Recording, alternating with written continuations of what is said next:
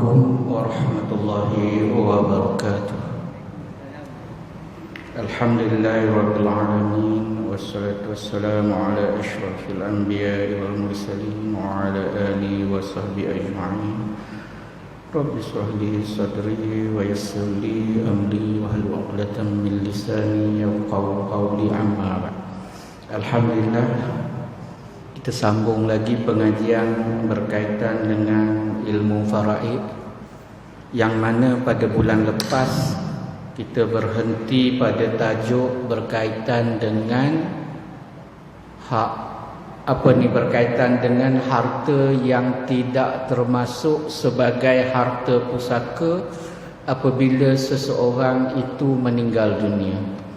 Yang mana tuan-tuan dan puan-puan yang dirahmati Allah Subhanahu wa taala, bulan lepas kita sampai pada tajuk sumbangan orang ramai atau khairat kematian. Baik, tuan-tuan dan puan-puan yang dirahmati Allah Subhanahu wa taala, apabila berlakunya kematian, biasanya ada orang yang ziarah menziarahi. Biasanya ada orang yang bagi hadiah atau sedekah atau pemberian wang tunai, barang-barang dan sebagainya lah. Biasa zaman sekarang bagi duit lah. Okey. Duit yang diberi selepas kematian, ketika menziarahi jenazah, lepas mati tak kira lah. Bila diberi tu, hari mati ke, keesokannya ke, bulan depan ke, terpulang. Ada orang tu baru tahu kawan dia meninggal, dia bagi duit walaupun dah 3 bulan dah meninggalnya. Pemberian berkenaan tidak termasuk harta pusaka. Okey, tak masuk. Maknanya wang yang diberikan selepas mati itu tak payah campur dengan wang si mati yang dia perolehi masa hidup. Okey, kalau campur payah pula nanti. Jadi ke mana nak agihkan wang itu? Saya selalu jawab wallahu alam. Sebab saya tak tahu matlamat orang beri itu. Ada orang hanya nak beri kepada isteri, ada orang hanya nak beri kepada anak. Jadi kita pemberi inilah yang menentukan untuk apa duit itu. Ya? Kalaulah seseorang itu bekerja di syarikat atau di mana-mana jabatan, sama ada swasta ataupun kerajaan, kemungkinan kalau berlaku kematian, syarikat atau jabatan berkenaan buat pengumuman untuk kutip sumbangan, bantuan, kan? Untuk membantu siapa? Syarikatlah yang tentukan. Dia kata kami pungut ini untuk isteri arwah, maka pungutan di pejabat itu hanya isteri arwah seorang. Orang lain tak boleh ambil lah. Dan masa menyerah pun kena beritahu gitu. Barulah isteri arwah tak ragu-ragu nak guna. Sebab itu saya kata masyarakat kita kena didik begitu. Tidak kita tanya nak buat macam mana, saya mana tahu dia beri itu apa dulu. Baru tanya sekarang, 5 tahun lepas dah meninggal atau 3 bulan lepas. Beza tuan-tuan dan puan-puan yang dirahmati Allah, berbeza. Kalaulah seorang anak itu di sekolah, ia ada 2 orang anak. Anak yang pertama sekolah di satu sekolah, anak yang kedua sekolah di satu sekolah yang lain. Kutipan di sekolah ini kerana ayah dia meninggal untuk anak itu, maka anak itu seorang saja kutipan di sekolah ini, walaupun diserah kepada maknya. Kutipan di sekolah ini tengok kepada pengumuman. Sekolah buat pengumuman macam mana? Sekolah kata kita lancarkan tabung sumbangan oleh kerana anak, okey, oleh kerana Ahmad, contoh tuan-tuan dan puan-puan, Ahmad dalam tingkatan 1 apa-apa, ayah dia mati pagi tadi, kita buat lancar tabung kilat untuk membantu Ahmad. Maka Ahmad seorang je duit tu dapat di sekolah tu. Untuk membantu keluarga Ahmad, maka anak yang sekolah ni dapat, Ahmad dapat, mak dia dapat, adik-beradik yang lain dapat. Sebab itu pengumuman tu penting. Sebab itu akad perjanjian kita di antara orang yang tubuh tabung sumbangan dengan orang yang memberi. Ya. Kecil lagi, kecil anak. Maksudnya, ya, darjah satu sama je. Sebab pemberian kita boleh beri kepada siapa-siapa pun. Boleh faham? Pemberian boleh beri kepada siapa-siapa pun, janji dia hidup atas dunia. Sama macam kita beri hadiah, mak dia bersalin dululah. Baru satu hari kita beri hadiah ke siapa tu? Kan? Boleh faham tak, Cik? Kita beli bedak, baju, sarung tangan budak. Takkan kita kata tak boleh? Begitulah. Yang ini sama je. Konsep pemberian, syarat penerima mesti orang yang boleh memiliki barang. Syarat untuk memiliki barang mesti ada atas dunia. Itu syarat. Untuk mengurus barang mesti akil balik. Beza tu. Boleh. Kita selalu silap. Itulah kita keliru. Memiliki barang, siapa-siapa boleh. Anak baru umur 1 hari boleh memiliki barang. Untuk memiliki. Tapi tak bolehlah nak mengurus. Mengurus mesti balir, akil balir, berakal. Yang ada beza. Orang yang tak siuman pun boleh memiliki barang. Tetapi dia tak boleh nak mengurus barang. Jadi kena lantik pemegang amanah dia lah. Boleh ya. Jadi kalau kita beri kepada, contohlah di sekolah A anak nama Ahmad, di sekolah B anak nama Ali. Di sekolah B Ali, cikgu buat pengumuman kutipan untuk membantu keluarga Ali. Yang Ali ni kematian ayahnya. Maka tabungan duit yang dapat kat sekolah tu, Ahmad boleh guna, Ahli boleh guna, mak dia boleh guna sebab keluarga. Tetapi sekolah Ahmad, guru sekolah Ahmad pula buat pengumuman, duit ini atau sumbangan ini untuk membantu Ahmad yang kematian ayahnya. Ahmad seorang boleh kat sekolah tu. Sebab itu saya kata, sumbangan orang ramai nak buat ajar mana Ustaz? Saya tak boleh nak jawab lah kalau tak tahu konsep tu dulu. Boleh tuan-tuan dan puan-puan nak beza tu ya. Memang sumbangan orang ramai semua. Ya, sila. Ya.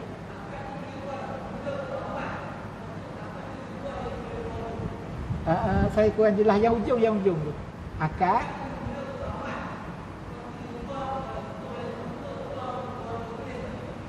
Nak ubah boleh. Kutipan yang awal itu kena tolak tepi. Yang baru pula. Kalau dah ada dalam tabung lah. Sebab penyumbang yang awal, kalau nak bantu Ahmad kami bagilah kawan sekelas. Nampak tak beza tu? Mungkinnya saya selalu buat contoh begini tuan-tuan dan puan-puan yang dirahmati Allah supaya kita dapat beza. Kemungkinan contohlah kalau isteri berkenaan di pejabat, suami mati, sumbangan isteri umur baru 26 tahun, suami meninggal umur 30. Untuk membantu, maaf minta saya ubah nama, untuk membantu Fatimah yang kematian suami, ramai orang menyumbang, siap dengan selfie kerana Fatimah baru umur 26 rebutan kat pejabat. Nampak tak? Tetapi untuk membantu keluarga Fatimah mungkin beza jumlah yang dapat nanti. Boleh faham tak itu? Penting tu nak bezakan.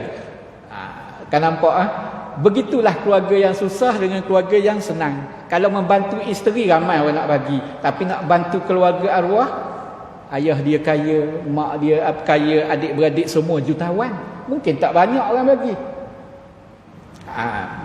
Samalah tadi, kalau sekiranya buat pengumuman awal nak bantu Ahmad, belum sempat edar tabung, ubah, itu tak ada masalah. Tapi dah edar dah separuh, dah ada dah dalam tabung tu, nak kena beritahu seorang-seorang pula ke yang dah bagi tu. Sebab itu saya kata stop tabung tu, edar tabung baru. Boleh nampak dia. Kalau belum diedarkan tak ada masalah, hanya buat pengumuman baru. Tapi buat pengumuman baru, batalkan pengumuman lama, tabung edar yang barulah. Itu kena beza. Kalau dah ada lah tabung, takkan kita nak cari siapa penyumbang yang beri dulu. Saya nak ubah ni, nak bantu keluarga, oh tak jadi, saya boleh 50, nak tak 10 je kan? Mana tahu. Sebab kita dah buat umuman nak bantu Ahmad, orang tahu Ahmad tu susah. Baru anak yatim, bantu anak yatim, lebih besarlah pahalanya kan. Begitulah. Kan? Isteri tak ada istilah isteri yatim, tak ada. Kan, tapi orang biasa begitulah. Tapi masyarakat kalau letak tabung kat rumah tu tak tulis apa-apa, yang itu untuk keluarga dari segi urufnya. Sebab itu kita ziarah jenazah bagi wanita terutamanya kan, biasa jumpa dengan isteri arwah. Ni sumbangan saya, sumbangan jawatan kuasa masjid untuk awak, bagi kat isteri tu terus untuk dia, jangan masuk dalam tabung tu. Kalau pengumuman untuk, kalau dikolek atau kan muslimat kita ni, saya tahu banyak grup-grup dia kan, grup WhatsApp dia banyak kan, tim-tim dia. Suami kepada apa ni, Puan Zainab meninggal dunia ni, macam mana grup kita, jom kita kolek duit untuk bantu Puan Zainab. Maka Puan Zainab seoranglah ahli grup tu menyumbang, tak kira siapa jadi pemegang nanti. Pemegang maksudnya masuk dalam akaun siapa kan, dalam grup WhatsApp kita tu. Maka penyerah nanti serah kepada Puan Zainab, bagi tahu duit sumbangan ini sahabat-sahabat kita dalam grup ini untuk awak Puan Zainab. Adi terpulang pada awak lah ya. Baru betul. Baru sampai, Puan Zainab kata tak asing yang itu. Ini kalau ada ilmu fahamlah ke tak asing. Ini dalam tabung untuk keluarga. Jangan campur hak dia tadi, yang dia punya tadi. Jadi dari awal lagi kita bentuk. Tapi biasanya letak di tabung kat rumah dan sebagainya itu biasanya untuk keluarga arwah lah. Sebab tak tulis apa-apa kan, dari segi urufnya. Jadi kita nak bantu siapa itu terpulang pada kita lepas mati. Yang paling penting, wang itu secara umumnya tak kira lah untuk siapa, akibat kematian dapat sumbangan. Sumbangan itu bukan harta pusaka, oleh itu milik siapa kena lihat kepada sumbangan berkenaan. Jadi orang kata keluarga ni sampai setakat mana? Secara mudahnya orang yang ditanggung oleh arwah, secara mudahnya lah. Kan, ku anfusakum wa ahlikum naro. Yang dekat-dekat dengan kita lah, mak, ayah, adik-beradik yang jutawan tak ada. Kan, lihat kepada falsafah di sebalik sumbangan. Kalau untuk membantu keluarga arwah, anak-anak, kemudian isteri kalau ada isteri, atau suami dan sebagainya lah. Yang paling penting duit itu bukan harta pusaka dah. Itu tolak tepi dah. Sebab apa tuan-tuan dan puan-puan, saya sentuh begitu sebab ramai orang beranggapan itu harta pusaka, kena guna buat bayar hutang, wajib. Dia kata tak, wajib bayar hutang adalah harta peninggalan si mati, itu wajib, tak boleh elak. Kalau si mati ada harta, si mati ada hutang, wajib bayar harta si mati. Sebab itu kita nak tahu beza di antara harta pusaka dengan bukan dulu ni. Sebab harta pusaka ada hak-hak dia. Jadi wang sumbangan orang ramai tadi tak wajib nak bayar hutang. Pemunya nak bayar, itu cerita lain. Nak bantu bayar, cerita lain. Tetapi harta peninggalan arwah wajib bayar hutang. Kalaulah waris tak bayar, pakai harta arwah itu, waris ambil sebagai harta pusaka, tak bayar hutang, waris ambil harta secara batil. Kerana ada hak orang atas harta yang dia warisi. Beza. Bagus tu Haji. Okay, bagus. Sebab saya baru nak sampai ke situ. Cepat tangkap. Alhamdulillah. Okey. Ingat kalau tak cukup bayar hutang, waris tak wajib bayar hutang. Harta hutang si mati menggunakan harta waris. Sebab itu dalam majlis tahlil kenduri arwah, jaga-jaga nak guna harta peninggalan pusaka.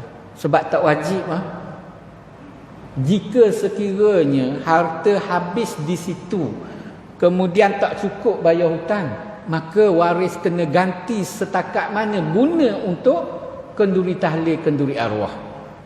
Sebab kenduri tahlil dan arwah tak wajib. Yang wajibnya kebumikan. Tuan-tuan dan puan-puan jangan keliru. Dah boleh buat tak? Cerita lain kan tuan. Buat boleh ke tidak itu cerita lain. Ceritanya bila buat, hartanya menggunakan harta mana? Itu. Kalau guna harta pusaka, maka kena catat berapa jumlah perbelanjaan yang kita guna. Bimbang-bimbang nak bayar hutang tak cukup, waris wajib ganti sekadar jumlah yang dia gunakan untuk majlis tahlil. Okey, sebab bayar hutang wajib, majlis tahlil khilaf ulama lah. Ada kata boleh, ada kata macam-macam lah. Kita berpegang, ramai masyarakat kita buat, boleh lah, tak ada masalah. Yang masalah harta yang nak digunakan dalam majlis berkenaan. Okay. Jadi sebagaimana soalan yang ditanya tadi, alhamdulillah, kalau tak cukup harta si mati, waris tak wajib bayar, pakai harta dia sendiri, harta waris sendiri.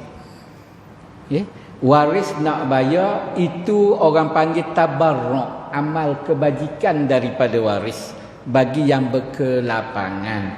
Kita bimbang si mati meninggalkan hutang 1 juta. Contoh, tak cukup 1 juta. Waris kalau wajib bayar, saya rasa tidur bawah jambatan. Boleh faham maksud saya? Kan? Kalau wajib waris bayar, maksudnya kena jual rumah lah, jual kereta, nak bayar hutang ayah ni 1 juta. Waris kereta Viva je, Azia je, rumah-rumah biasa je, bayar semua tak lepas lagi 1 juta. Contoh, Islam tidak membebankan begitu. Kalau kita kata wajib waris bayar, letih lah kalau waris yang miskin. Sebab itu dia tanggunglah di sana. Sebab itulah anak-anak buatlah amal kebajikan, hadiah pahala kepada arwah. Orang tuntut di sana ada bekal. Di situlah kita harap anak-anak kita lah, saya pun ada anak-anak, tuan-tuan dan puan-puan, begitulah. Manalah tahu yang kita terlepas pandang di dunia melibatkan hak orang. Agak-agak ringanlah kita di sana nanti kerana kita ada bekal banyak bawa. Di sana tak ada pakai duit dah. Kan kita biasa dengar kan, muflis di akhirat tu kan, dia ambil pahala kita lah, tuntut hutang dia dan sebagainya. Jadi kita bekal pun banyak jugalah. Bukan nak suruh supaya tak payah bayar hutang, tak. Kemampuan. Kalau waris yang mampu, sunat dia bayar untuk meringankan beban yang ditinggalkan oleh si mati. Waris mana ni? Waris pusaka, bukan waris yang datang hari raya. Beza tu. Orang lain nak tolong bayar pun tak ada masalah, tapi keutamaan, tapi bukan kewajipan. Ya, beza tu, bukan wajib. Kawan saya berhutang, saya tolong bayar, tak ada masalah. Kan? Dia ada harta, nak ringankan beban kawan dia, ya, insya-Allah ringanlah, mudah hidup dia di atas dunia. Tetapi kalau 1 juta ada tak agak-agak tuan-tuan dan puan-puan? Begitulah. Jadi kewajipan tak, tapi menjadi keutamaan digalakkan bayarlah waris. Sunat sahaja. Maknanya kalau waris tak bayar, tak salah, tak ada dosanya. Sila.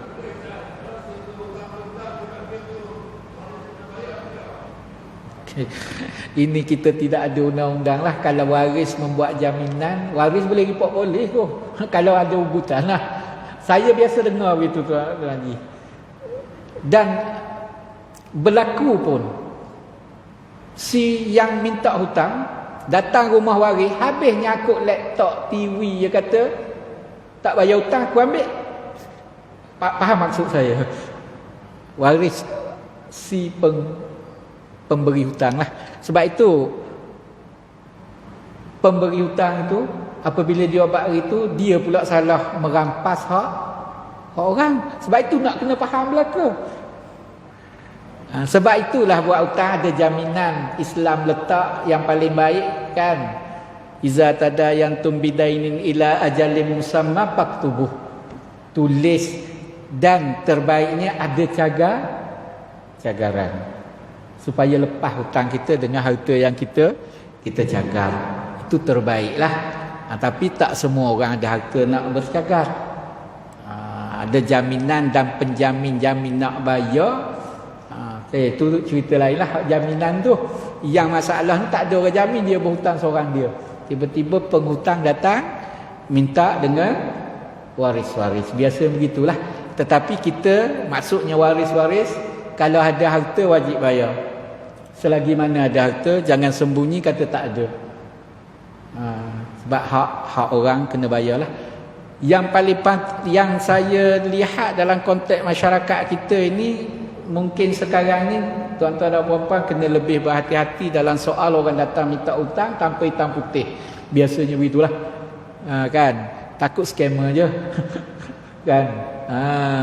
Kan? Oh, ramai orang minta hutang, semua orang minta hutang pakat bayar ni, maklum dah orang senang kan. Yang meninggal tu orang senang, banyak harta. A minta hutang 10,000, waris bayar. B minta hutang 10,000, bayar. C minta hutang 5,000, bayar. Tak siasat apa pun, habis duit arwah. Daripada ambil duit dalam tabung masjid, lebih baik pergi rumah orang mati tu.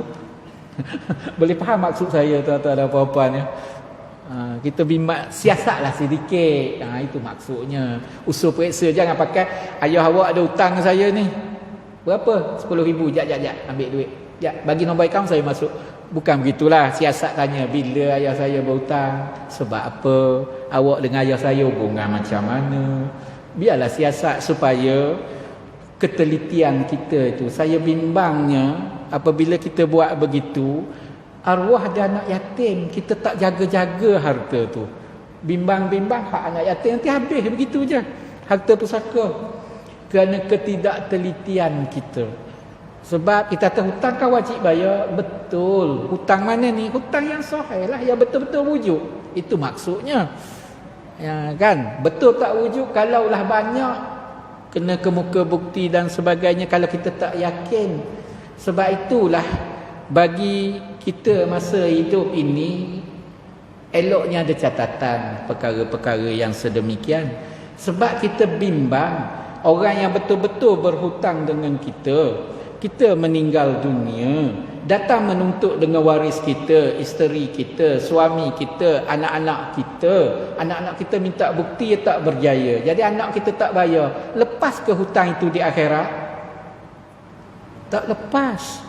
Walaupun anak-anak kita dan isteri menang, bawa ke mahkamah, tak berjaya bukti, maka tak perlu bayarlah hutang. Contoh. Tapi kita kan membawa sampai akhirat jika sekiranya pemberi hutang tidak halalkan atau redha. Itu penting. Kita pula semasa hidup kena tulis, buat catatan. Dah bayar pada rekod kita. Dan ada orang tahulah seeloknya. Suami isteri biasa yang rapat itu, buku 35 abang ni buku hutang ni. Hutang gas kedai pasar raya tu, bulan lepas kita ambil barang-barang 500. Kan? Contoh. Biarlah ada orang tahu, biar dia dengan dia je mati nanti payah pula kan. Itu pengurusan harta masa kita hidup. Okey, baik. Sumbangan orang ramai, khairat kematian pun bukan harta pusaka. Khairat kematian untuk meringankan beban yang ditanggung oleh arwah kalau dia meninggalkan. Banyak kita buat khairat kematian. Okey, khairat kematian ni banyak tuan-tuan dan puan-puan ya. Syarikat-syarikat yang buat khairat kematian, surau, masjid, taman buat khairat kematian. Okey, kemudian tuan-tuan dan puan-puan ya, kira buat SP 2,500 khairat kematian. Kalau orang itu masih lagi mencarum lah ketika dia meninggal. ASN, ASB, kalau ada simpanan atau pelaburan kita dalam akaun ASN, ASB, 1,000 dia bagi khairat kematian. Jangan campurlah dengan harta simpanan dia tu, pelaburan dia. Jangan campurlah dengan duit lain kira SP. Sebab itu nak tahu beza tu. 2,500 khairat kematian. Itu bukan harta pusaka. Kita campur semua. Ya saya. Ya, alhamdulillah. Kan itu tak masuk harta pusaka kalau khairat lah namanya atas khairat. Jadi PPZ ya ada peraturan dia, bayar kepada siapa-siapa kan. Ya itu kena ikutlah syarat dia. Keluarga lah. Biasanya untuk membantu isteri anak-anak lah terutamanya yang terdekat. Okey. Jadi itu. Kemudian tuan-tuan dan puan-puan yang dirahmati Allah Subhanahu wa taala, keputusan muzakarah fatwa kebangsaan berkaitan dengan imbuhan, pampasan dan sagu hati. Okey. Muzakarah, saya baca keputusan muzakarah fatwa kebangsaan. Muzakarah jawatan kuasa fatwa Majlis Kebangsaan bagi hal ehwal agama Islam Malaysia kali ke-49 yang bersidang pada 19 September 2000 telah membincangkan wang pampasan kematian pekerja. Okey. Yang dianugerahkan oleh kerajaan ataupun syarikat swasta. Wang pampasan ini nas ataupun orang panggil lafaz kata-kata keputusan yang dibuat oleh Jawatankuasa Muzakarah Fatwa Kebangsaan. Wang pampasan yang diperolehi dari kematian pekerja, wang pampasan melalui bantuan tuntutan mahkamah, wang sokso atau perkeso dan seumpamanya tidak dianggap harta pusaka.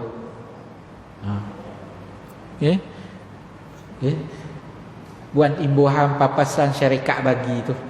Anggota tentera meninggal di lahad datu dulu kan, polis, tentera. Kan kerajaan atau pihak kerajaan bagi 5-60 ribu, bukan sikit tu. Dia bagi ke siapa? Kalau kat isteri seorang lah. Sebab dia bukan harta pusaka. Kemungkinan duit itu banyak daripada harta peninggalan si mati pun.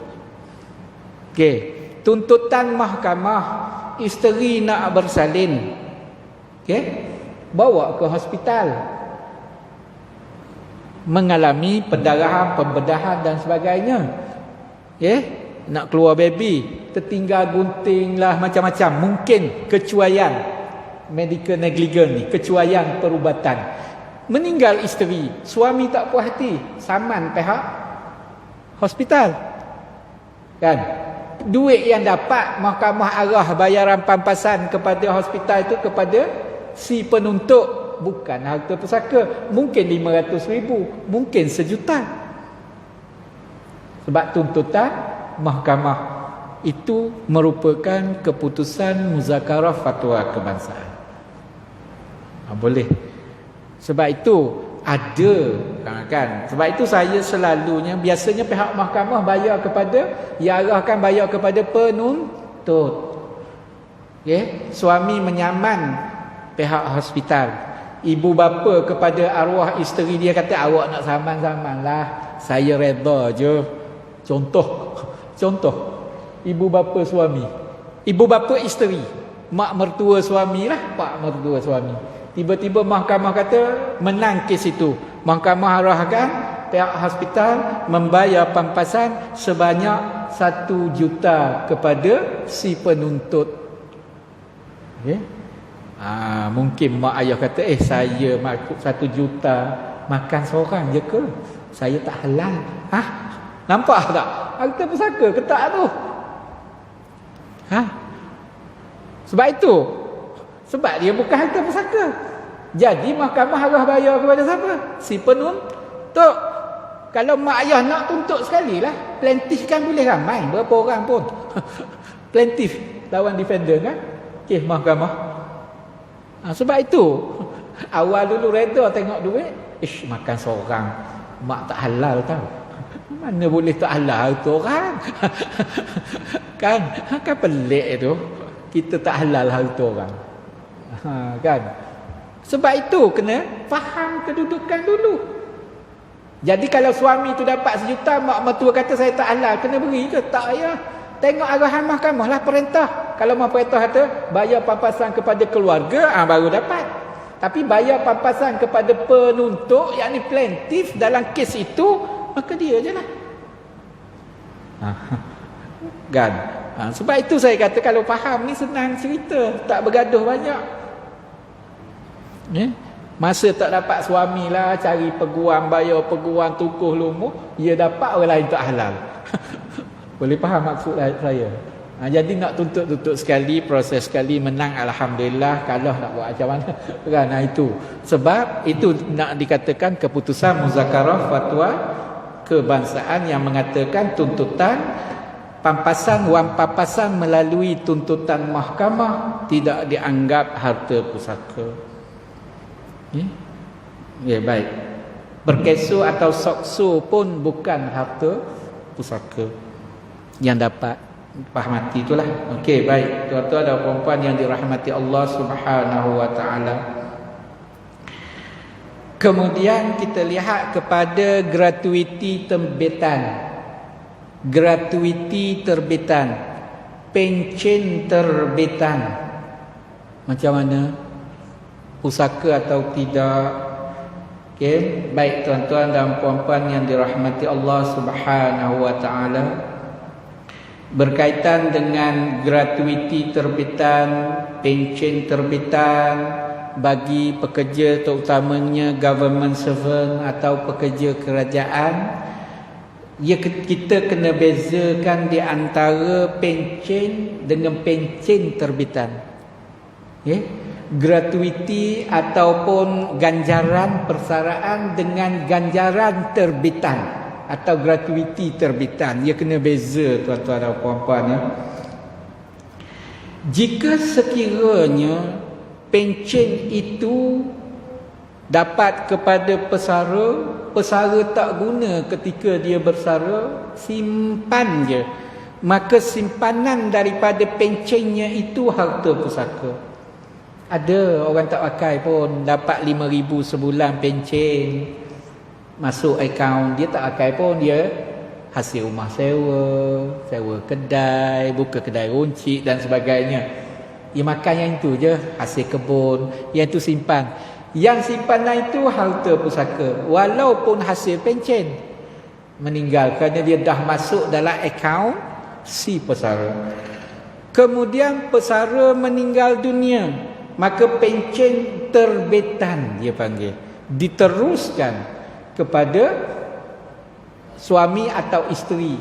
Isterilah kalau suami meninggal. Suami yang pesara tadi meninggal, dapat kat isteri dan anak-anak yang umurnya 21 tahun ke bawah. Jika sekiranya OKU yang didaftarkan boleh sampai bila-bila, selama mana OKU itu hidup, pencen ayah dia atau pencen mak dia. Tak ada umur untuk OKU. OKU yang didaftarkan lah. Okey. Jadi kalau kita lihat di sini, yang pencen terbitan selepas meninggal dibayar kepada waris-waris, itu bukan pusaka. Dalam pencen terbitan yang dibayar hanya kepada balu atau duda, tak masuk ibu bapa kepada si pesara atau si pekerja kerajaan.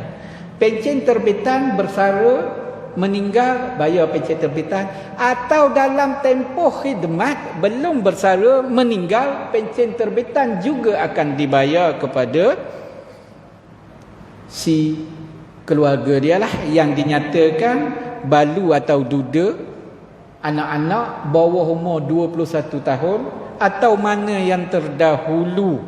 Kalau dia berkahwin sebelum umur 21 tahun, dah tak layak lagi lah. Mana terdahulu. Dan belum berkahwin 21 tahun ke bawah, belum berkahwin anak-anak. Atau sebelum menamatkan ijazah pertama. Sifirnya 1 bahagi 600 kali dengan tempoh berkhidmat kali dengan gaji terakhir, gaji pokok, tak termasuk imbuhan dan sebagainya. Tempoh berkhidmat dalam bulan tidak melebihi 60% ataupun 3/5 daripada pencen. Itu penuhlah dapat tu. Melebihi 25 tahun dan sebagainya. Jadi sebab ramai orang bertanya saya berkaitan dengan ini, Ustaz, menantu saya tu makan seorang, hasil pencen saya tak dapat pun. Boleh tuan-tuan dan puan-puan faham. Menantu saya makan seorang je hasil pencen arwah anak saya meninggal. Saya tak dapat pun. Mintalah kerajaan ubah undang-undang lah. Kan? Boleh faham maksud saya? Menantu tak salah tu. Jangan bergaduh cari punca lah. Kan? Sebab dalam undang-undang tak dinyatakan mak dan ayah kepada si mati. Kalau dia masih hidup. Tak, ia hanya isteri atau duda bagi perempuan yang mati suami dia lah. Dan anak-anak umur 21 tahun ke bawah belum kahwin. Jadi janganlah cari punca. Awak tak bagi makan seorang duit pencen, mak tak redha. Kan, tak kenalah. Sebab ia bukan harta pusaka. Pencen terbitan yang simpan dalam akaun bank harta pusaka tadi, yang meninggal tadi masa bersara atau dia simpan tak belanja tu, yang tu pusaka. Sebab masuk sebelum dia mati lagi. Okay? Yang saya kata ni yang terbitan. Begitulah ganjaran persaraan ataupun ganjaran terbitan atau gratuiti terbitan. Sifirnya 7.5% kali dengan tempoh berkhidmat dalam bulan kali dengan gaji terakhir, gaji pokok. Okay?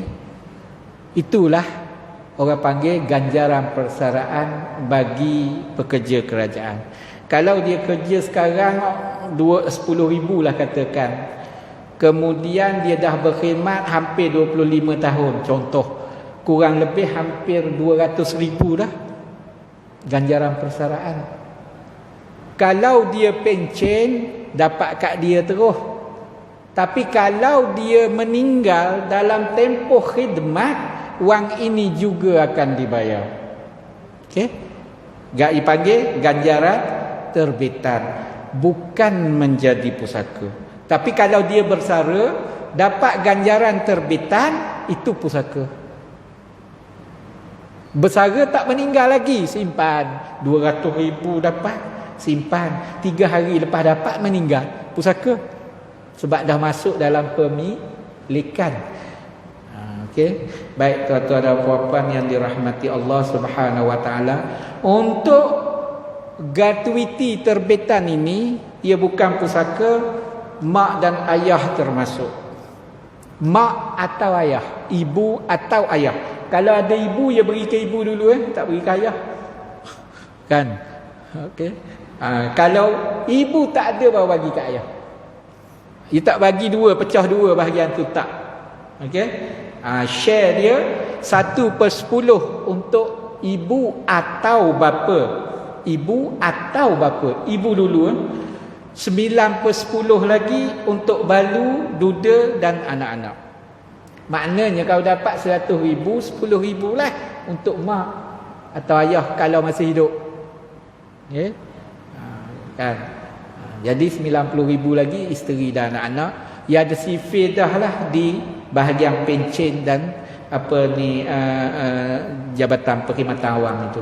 Dia dah ada sifir dia, surat bayaran itu yang akan keluar lah. Itu bukan pusaka kalau namanya terbitan atau penakat orang panggil. Itu bukan harta pusaka, tidak menjadi kewajipan kepada penerimanya untuk melaksanakan hak-hak si mati seperti bayar hutang dan sebagainya. Tak menjadi kewajipan, tetapi ada kelapangan hutang yang kecil-kecil kita nak bayar, alhamdulillah kita meringankan beban arwah anak-anak. Kemungkinan kita tak, tapi kalau kita belanja tak bayar, tidak menjadi suatu kesalahan. Okey. Ada apa nak tanya tuan-tuan dan puan-puan ni?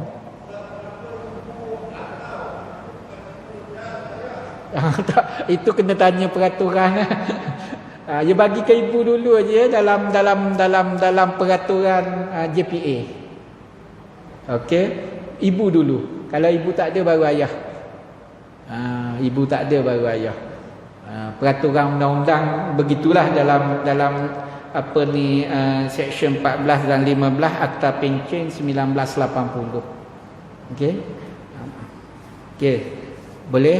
Ada 1 minit lagi. Ada apa nak tanya tuan-tuan dan puan-puan? Kita dah habis tajuk berkaitan harta pusaka satu bakul, bukan harta pusaka satu bakul. Yang bukan harta pusaka kita dah boleh tolak tepi. Perbincangan akan datang kita nak bincang bakul pusaka ni. Sebab itu terikat dengan hukum faraid. Sebab itu saya perkenalkan kuliah saya ni biar kita boleh beza mana harta pusaka dengan bukan dulu. Sebab hukum yang kita nak belajar ini tertakluk kepada harta pusaka sahaja. Yang bakul bukan pusaka ni tak lagi. Okey. Ya saya. Hutang dulu, faraid bersih, harta bersih. Tanah pandai-pandailah nak jual ke, nak bagi. Ya. Okey, kita boleh minta arahan daripada pejabat tanah, ia panggil sale for order. Perintah jualan daripada pejabat tanah kepada pentadbir berkenaan. Boleh dibuka jualan. Ya. Okey, kalau tak ada insya-Allah kita sambung lagi bulan depan. Terima kasih. Wallahu a'lam. Aqulu qawli hadza wa astaghfirullahal azim wa li wa lakum wa billahi taufiq wal hidayah. Wassalamu alaikum warahmatullahi wabarakatuh.